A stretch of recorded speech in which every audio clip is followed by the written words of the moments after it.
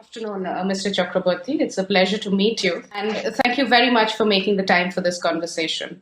Now, this is part of a project being brought out collaboratively by my organization, the Institute of Peace and Conflict Studies, and the Hans-Seitel Stiftung India. And what we're trying to do through it really is to go into more granular detail on what, the vast potential that's identified in the relationship means in policy terms. And at the end of this exercise, we would like to be able to discern sector-specific ways in which, cooperation can be operationalized along the priority pillars that have been identified by India and the EU. And we are doing several conversations with industry experts to arrive at these conclusions. Thank you. I'm very happy to join in this conversation. And as you see, there is a newfound momentum and dynamism in the India-EU ties with the 15th India-EU Summit that was held on on July 15th. And since then, we have had virtual summits with two more EU member states, Italy and Luxembourg in the recent past, and several more are planned in the coming weeks. So apart from that, there are various institutional mechanisms that exist between India and the EU. And those have been activated, those are meeting. We had a foreign policy and security consultation last month at the level of Secretary and the Deputy Secretary General. And there are several working groups on environment, on renewables, on pharmacy, on pharmaceuticals, then on counterterrorism, on non-proliferation. All these mechanisms have been meeting. They are constrained by the pandemic, but they have been meeting virtually, which I think is very, very noteworthy and creditable. And so there is activism, or should I say, activism maybe is not the right word. There is dynamism and activity in the India-Europe or EU corridor, and there will be much more in the coming weeks and months, with our eye on the next EU Leaders Summit, which has already been announced by Portugal. It will be held in Portugal in May. It has been publicly announced, and for the first time ever, Prime Minister will meet with all the EU leaders, 27 leaders, and the EU leadership. So it will be 27 plus India plus the EU leadership, and it is an unprecedented kind of event. And we are all working very, very hard on making it a success. And on various verticals we are working, and I'll be happy to answer your questions. Thank you very much. This is indeed a very exciting development, and those of us within, the think tank community as well are watching with great interest. The word I will pick out from your remarks just now is unprecedented. And what is interesting to me is this unprecedented emphasis that the partnership has received recently. I wonder if you could speak to some of the factors, geopolitical or otherwise, that has precipitated this momentum.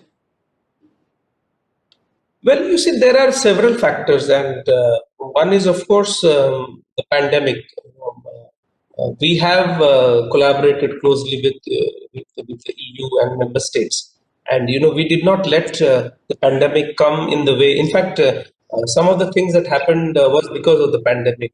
Despite India being affected, we reached out to our partners in Europe. Our Prime Minister himself spoke to several European leaders, and we supported them, helped them with whatever we could in terms of pharmaceuticals, in terms of PPE. And also in Europe, there has been a realization that of the need to have diversification in the supply chains, to have more resilient supply chains. In fact, one of the outcomes of our recent conversation has been to look at if there could be an EU-India partnership on resilient supply chains, and also on for instance, relocation or having in India production of some of the pharmaceutical ingredients. So we're looking at that. So that is one thing. So the pandemic brought the two together. Also, I think there has been some geopolitical forces at work. Of course, one cannot deny that there has been a change, or was a change in the transatlantic relationship. So EU was moving towards greater strategic autonomy, and I think that trend is a reality. It will happen even with the change in administration in the United States. So EU wants to become a more strategic player, a more autonomous player, and that movement will bring it closer to India. Some of the European countries have come up with their Indo-Pacific strategies. France already had one. Over the last several weeks, we saw Germany coming up with its guidelines. Last week, we saw Holland, Netherlands come up with its own Indo-Pacific policy. We have a Indo-Pacific Commission in the UK coming out with their recommendations to the government. And when you speak of Indo-Pacific, India is part of the Indo-Pacific. It is our strategy, our guidelines, our policy on Indo-Pacific is actually influences the European Indo-Pacific guidelines and strategies. So that is one thing. And also, I think you also have to look with the EU's relationship with other world powers, how that has changed. I spoke of the United States. Also, China is a factor. EU is relooking its relationship with China. If you see how they have pronounced it, it's in public documents.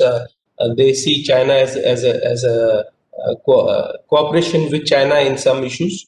They see China as a competitor in others and a systemic rival.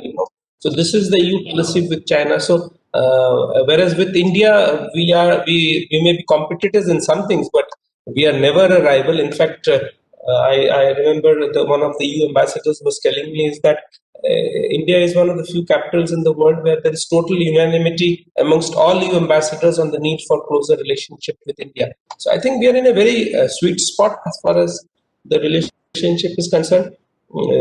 There was an issue with the trade, negotiations were stalled in 2013, but there again, in the summit, joint high-level mechanism has been established, and we are looking forward to the meeting of the mechanism which will deal with the issues of trade. There is a difference of views. You want a more ambitious trade deal, whereas we are looking for, in terms of, in consonance with our requirements, we're looking at an early harvest interim deal, and it is for the experts to work it out. But there is a conversation going on. The Trade Subcommission met on November 19th. So on various fronts, conversation with the EU is taking place, which I think is very, very encouraging. And we look forward to many new ideas. We are looking for a connectivity partnership. We are looking at AI and digital partnership. We are looking at innovation, startups. Several partnerships are being discussed. We have a declaration on circular economy.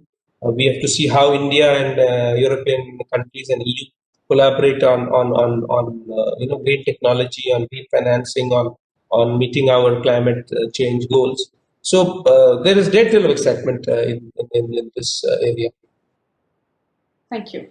The bits that I'm going to pick out from your very lucid overview of the developments that are taking place right now are one, the potential re-strengthening, or rather the anticipated re-strengthening of the transatlantic alliance under the new American administration, as well as the several recent announcements of Indo-Pacific, guidelines, visions, etc., by countries within the EU.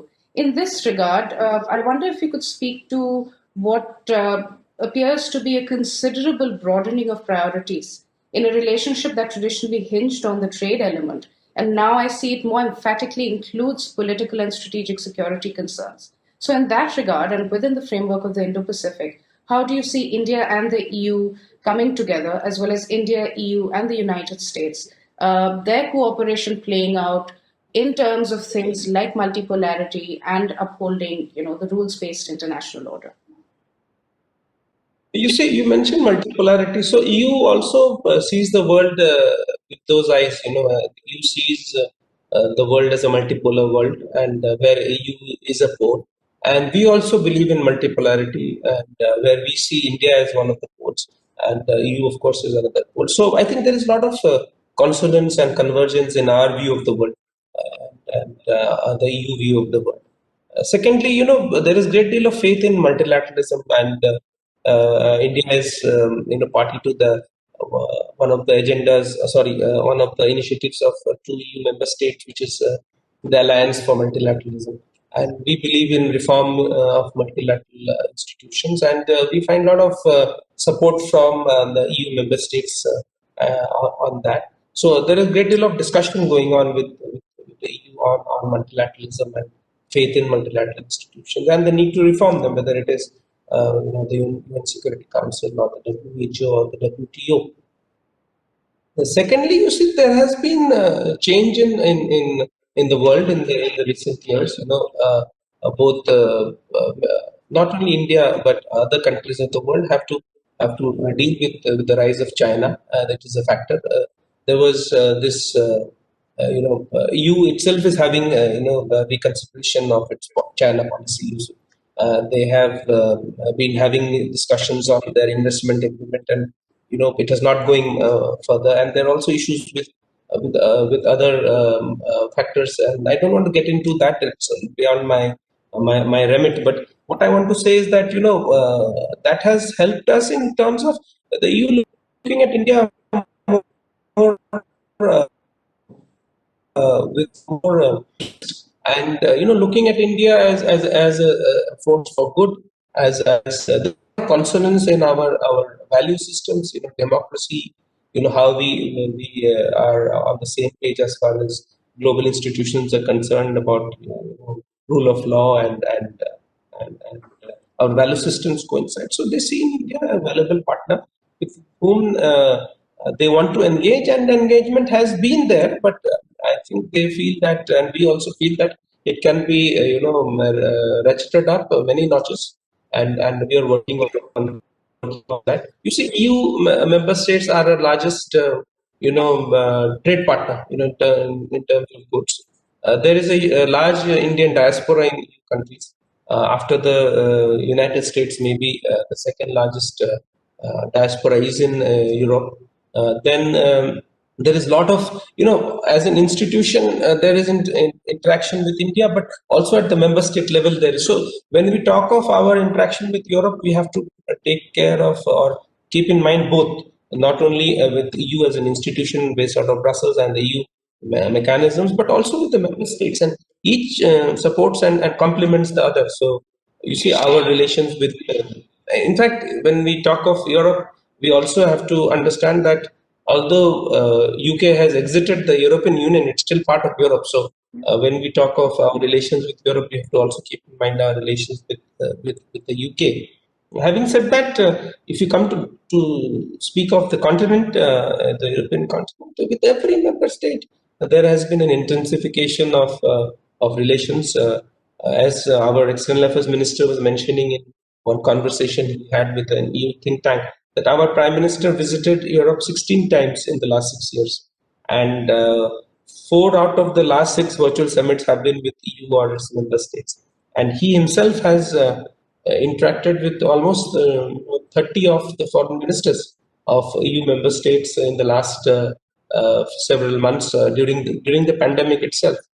So that shows the level of interest that is there on both sides, and we want to ratchet it up several notches and work on several fronts. Digital is one domain, technology, on environment, on climate, on green energy.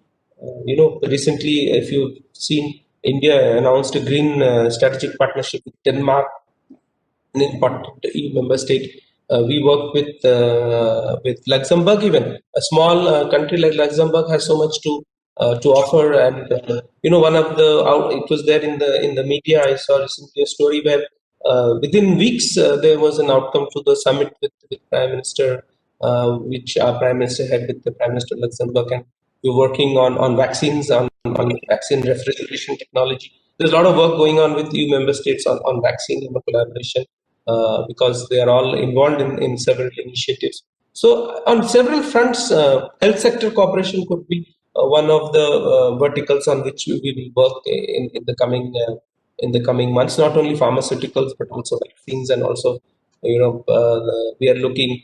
For instance, recently Prime Minister announced health card for every Indian.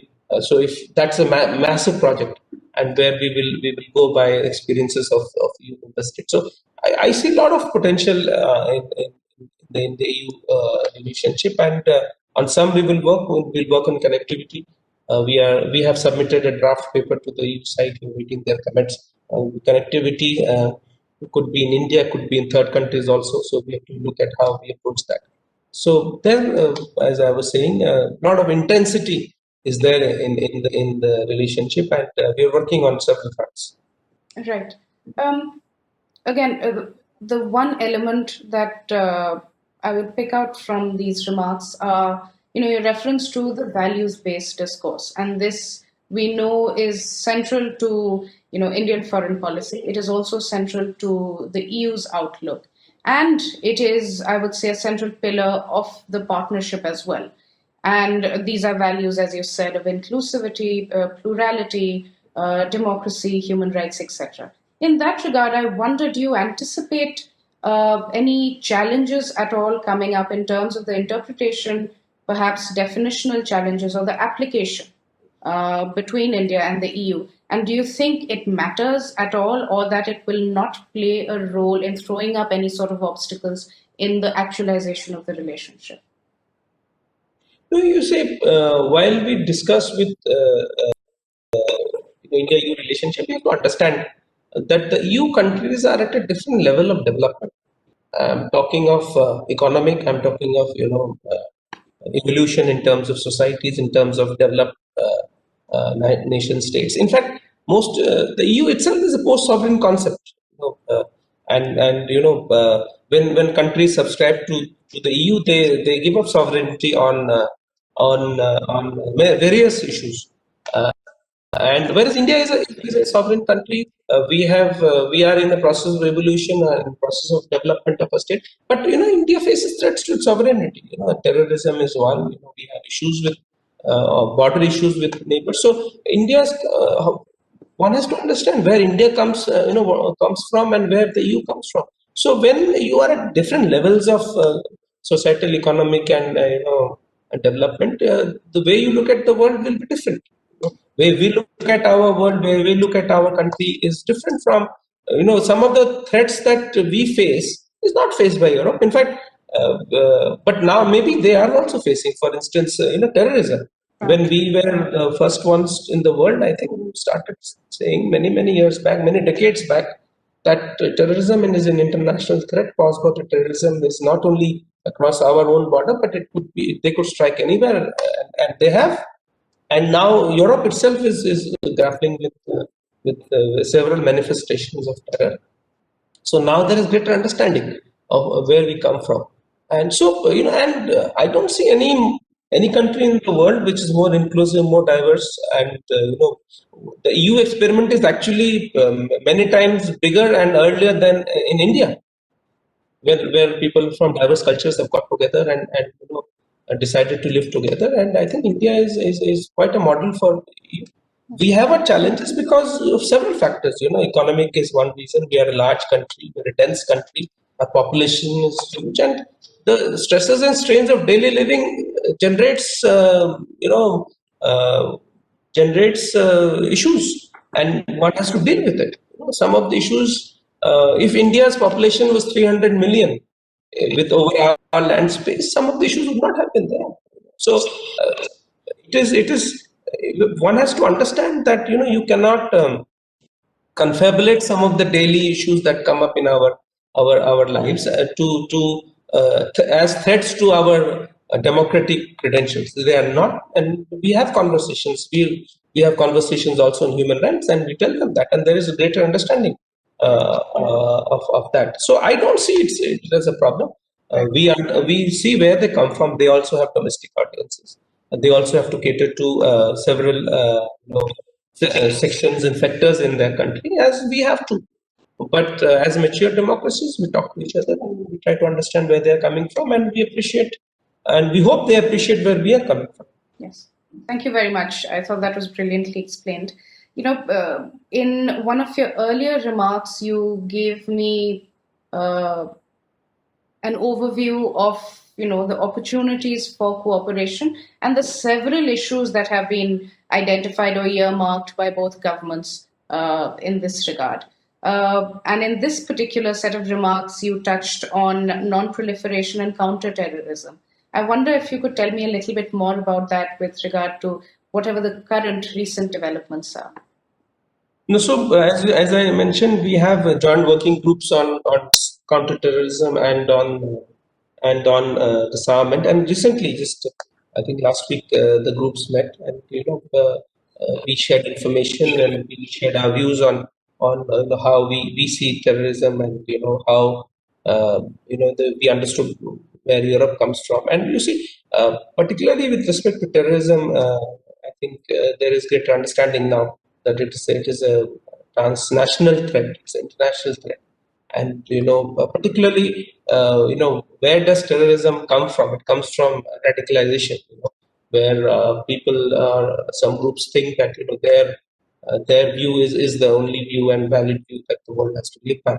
So I think there's understanding of that, and we saw what happened in France recently, and how, and also in some other European countries we've seen that. So there's understanding, and I think uh, we understand what the European position, they understand our position, and I think in the coming months and weeks we will find a lot of coincidence in our positions. India has moved this convention against international terrorism in the UN many years back, and when we speak to our interlocutors, we say that terrorism in any manifestation or in any form is not acceptable, and I think there is understanding of that.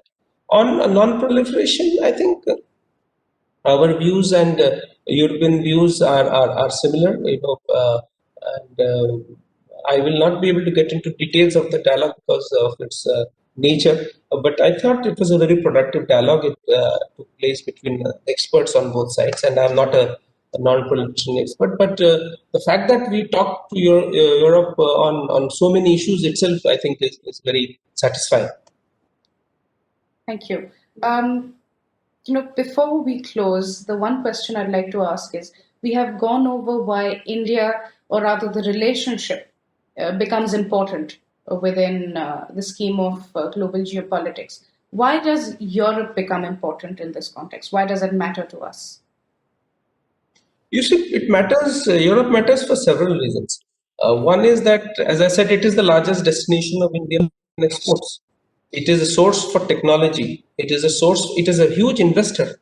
Europe is a huge investor in India, man. Most of the, in fact, I'll share with you one small detail which is there in my memory. Recently, we were preparing for the India-Luxembourg summit, and we realized that, as far as, I'm not talking of foreign direct investment, but foreign portfolio investment. Do you know how Luxembourg is the third largest foreign portfolio investor in India?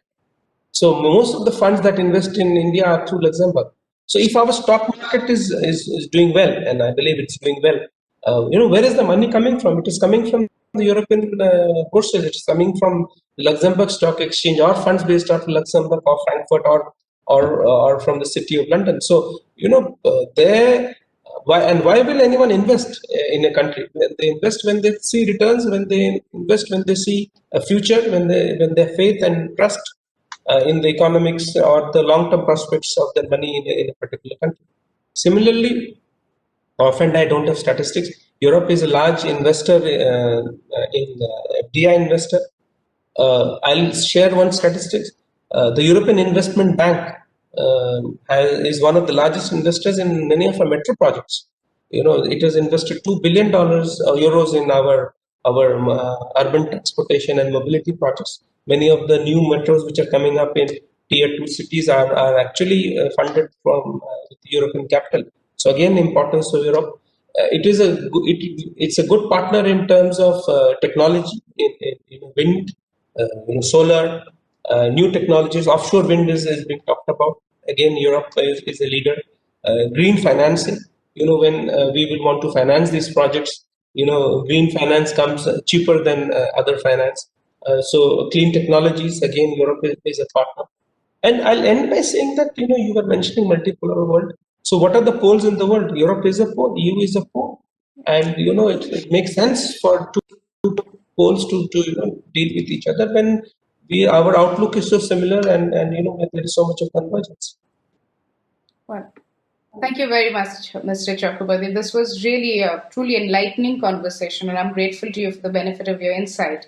What I hope to do once we conclude the project is share the outcomes with you, which, in the way we imagine it right now, will be identified in terms of what things could look like in the short, medium to long term. But of course, things are still Wonderful. fluid at this stage.